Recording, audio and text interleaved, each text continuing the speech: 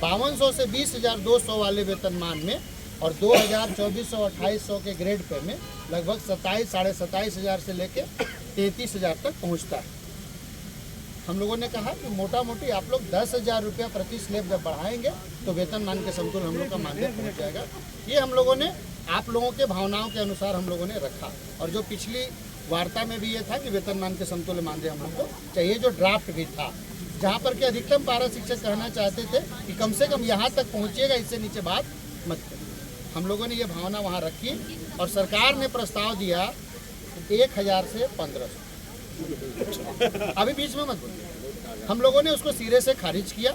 उन्होंने कहा कि इससे ऊपर बढ़ने के लिए और 10,000 तक पहुंचने के लिए, वेतनमान के समतुल्य मानदेय तक पहुंचने के लिए हमको इतना 100 करोड़ रुपये लगेगा। उसके लिए माननीय मुख्यमंत्री जी से हम लोग को लेना पड़ेगा आदेश वित्त मंत्रालय से। हम लोगों ने भी कहा कि हमारे मुख्यमंत्री जी लोग बाहर हैं, हमारा समूह जो कहेगा हम उस पर निर्णय देंगे, आपके इस प्रस्ताव को हम लोग नहीं नकारेंगे।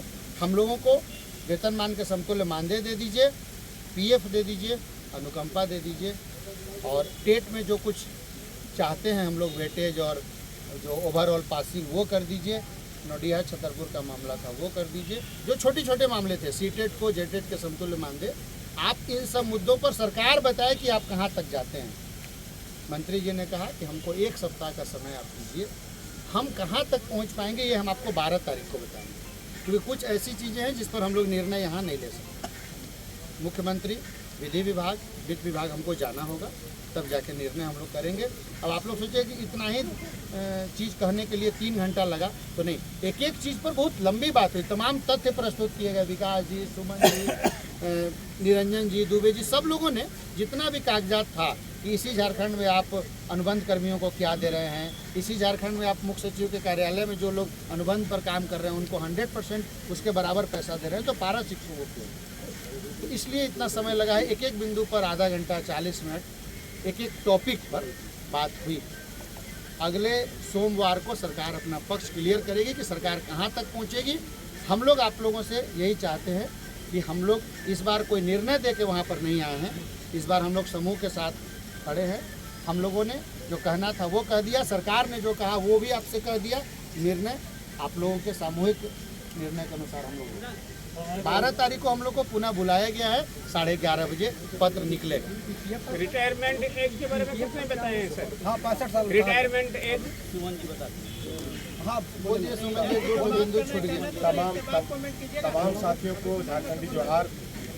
लोकतांत्रिक व्यवस्था के अंदर हम लोगों ने आप लोगों की जनभावना का ख्याल रखते हुए 62,000 अध्यापकों का जनभावना का ख्याल रखते हुए यह कह करके गया था कि अगर सरकार हम लोग को वेतनमान नहीं देती है, वेतनमान के समतुल्य मानदेय नहीं देती है, तो हम अडिग रहेंगे। और आखिरी वक्त तक हम लोग अडिग रहे, वेतनमान के समतुल्य मानदेय पर अडिग रहे, आगे अडिग रहेंगे। तमाम बातों को हमने सिंटू भाई ने रख दिया है। एक बात छूट रही है कि टेट का जो आकलन त्रुटि का जो मामला था, उस पर भी हम लोग वृहद रूप से सारा कागजात उपलब्ध कराए हैं, उस पर भी जो समाधान करने की बात मिली है। साथ ही EPF का मामला भी थोड़ा सा डिक्लियर हो जाए कि EPF के मामले में भी सरकार मैंने थोड़ा सा फेंकने फाकने का काम कर रहा है। इन तमाम बिंदुओं पर आज भी हम लोग अडिग हैं। और निश्चित रूप से मैं कह देना चाहता हूं कि हम लोग जितने भी वार्ताकार हैं, आपसी सामंजस्य के साथ, एकता के साथ, विश्वास के साथ हम लोग अडिग रहेंगे। जब तक सरकार हमको लोगों को वेतनमान के समतुल्य मानदेय नहीं देती है, हम सरकार से बराबर इस चीज़ के लिए हम लोग लड़ेंगे। सरकार नहीं मानती है, हम लोग एकदम बिल्कुल सड़क से सदन तक हम लोग जाएंगे, और सरकार देती है हम लोग इस सरकार को वहीं पर तत्काल छोड़ेंगे। लेकिन अपने वेतनमान के सपनों को हम छोड़ने नहीं जा रहे हैं, इसको लगातार हम लोग खींचते चले जाएंगे। तमाम साथी आए हैं, देर भी हुई है, आप लोग इंतजार कर रहे हैं, बारिश का मौसम है। आप लोग तमाम साथियों को बहुत बहुत हार्दिक अभिनंदन। 4% का मुद्दा पर 4% के मुद्दा पर 4% के मुद्दे पर दे रहा है भाई, वही बात है आपका बात का जवाब मिल रहा है।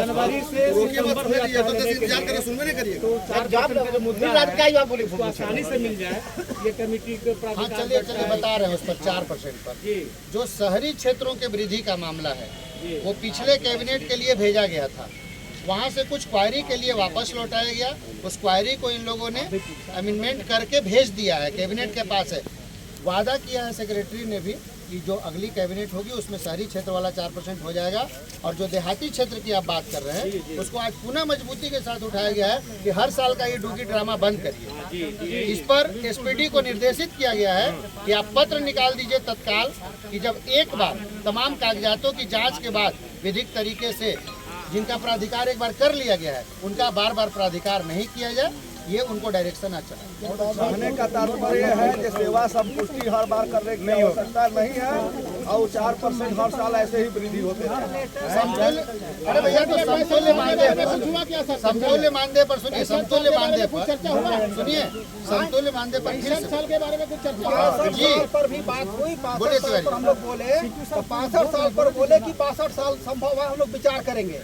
एक बात और हम बता देना चाहते हैं कि 62 साल पर सहमति बनता दिख रहा है, कंफर्म नहीं है। दूसरी बात, नौडिहा बाजार और छतरपुर की भी बात रखी गई बड़ी विधिवत, तो मंत्री जी बोले कि हम उस पर देख रहे हैं, मेरी निगाह है और उसका समाधान निकलेगा। तो नौडिहा बाजार छतरपुर के लोगों को मैं कहना चाहता हूँ कि निराश होने की जरूरत नहीं है, आपकी बात हम लोग बड़ी प्रमुखता से रख रहे हैं और उसका समाधान हमको लग रहा है कि वह दिख भी रहा है। तो एज के अनुसार बात हो गई कि 62 साल छतरपुर नौडिहा बाजार और सर एक सवाल और करना चाहते हैं, बोल लेंगे।